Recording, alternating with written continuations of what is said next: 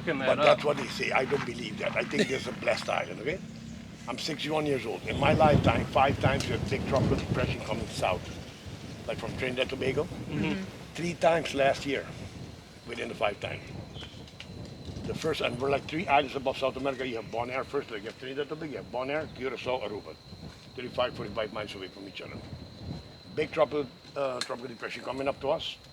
It hit Bonaire, hit Curacao when it was coming up to Aruba. It went down, went around, and came on that side out. I don't call that. I'm going to tell you why they call this island like that. Okay. The second one hit Bonaire, hit Curacao, coming up to us. It split in two. It went around, joined back, became Ian that hit Florida. Oh wow. So follow Ian's track. When you go back, follow the track. You want to see how it opened up. The third one did the same. Coming up to a big part, went to Venezuela, destroyed, the small part went up, and then it joined back, became the last hurricane that hit Yucatan and then Florida again. So this island before, when you Google it, they'll tell you Aruba means oro ubo in Spanish, which means where gold was found. It's not written anywhere why. Now you Google it, they'll tell you Oruba. Oruba means good located. So I don't believe in none of them because none of them are written there. But that's what they say about it. Now we are Dutch since the year of 1636, but in 1986 Aruba became autonomous under the Dutch kingdom. So something very similar like Puerto Rico in the U.S. Okay? Yeah. So they do foreign affairs and defense, and we do have a governor that will be appointed by the royal family every 6 years to represent the kingdom. But every 4 years we have election, we vote for party, we form a government, we elect our prime minister, 8 ministers, and 21 members of parliament which are on the island. Okay. And we do have a Dutch passport. Okay? Um, Being Dutch, we are also quad legal. Everybody here, when the kids are like 10, 11 years old, they can communicate in 4 languages, which is English, Dutch, Spanish, and Papiamento. Dutch is the official language.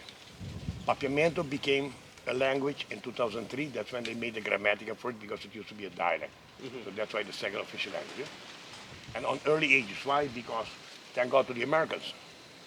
So I don't know, you've been here just a day, but Yeah. this would be an Americanized island, even though we're Dutch. Okay?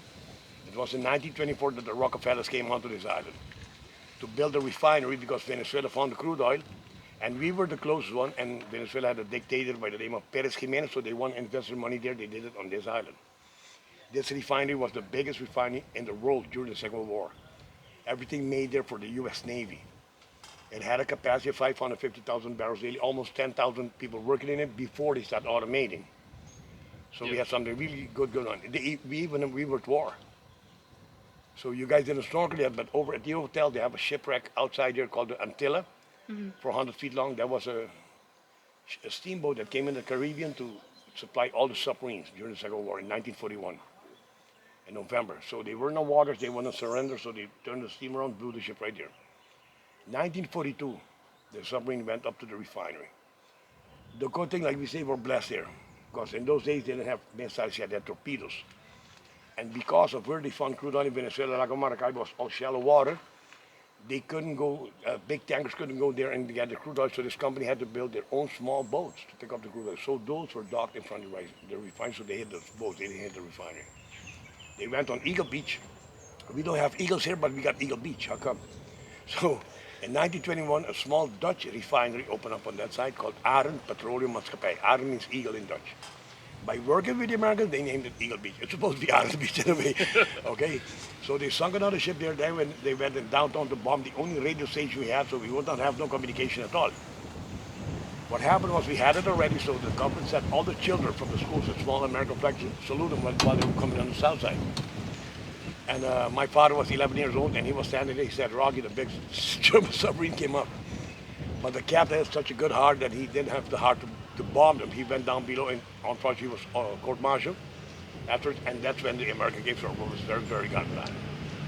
And you know, so when you have something going on, you don't care about having anything else, right? Even though we had a politician in the late 50s, his name was Juan Chiricin, he said, you know what, we need a backup, and that's how tourism started. So the first five-star built on the Palm Beach was built in 1959, the second one 1962, and that's how tourism started getting onto the island. In 1985, suddenly oil price went sky high, their contract ended, so they had to shut it down, there was no other way. We had a population of 62,000. 20,000 Arubians went to Holland to look for work. That's how bad it was. One-third part of the island had to go. In 5 years, we rebuilt it back with tourism. Who came back? All the U.S. hotels who's visiting up to now, 85% from the U.S. So because of for you guys, this island won't be this strong. You know? So thank you for coming. Keep coming. Bring your families. Bring your friends. Bring your enemies. Bring the haters. We know how to handle them here, okay? But that's why when you go around, you're going to see they have all the chains. It's really an Americanized island. And that is why all the kids in school had to learn English and Spanish early to communicate. And that is why we were called linguists. So in other words, if this company never came here, we wouldn't be like that. Yeah. So thank God to that. Guys, go check it out. Yes. If you don't want to go through the hole, you don't have to. But if you want to see a hole like a rock, you need to like sit up, just slide a little bit, and you keep walking through it. Okay.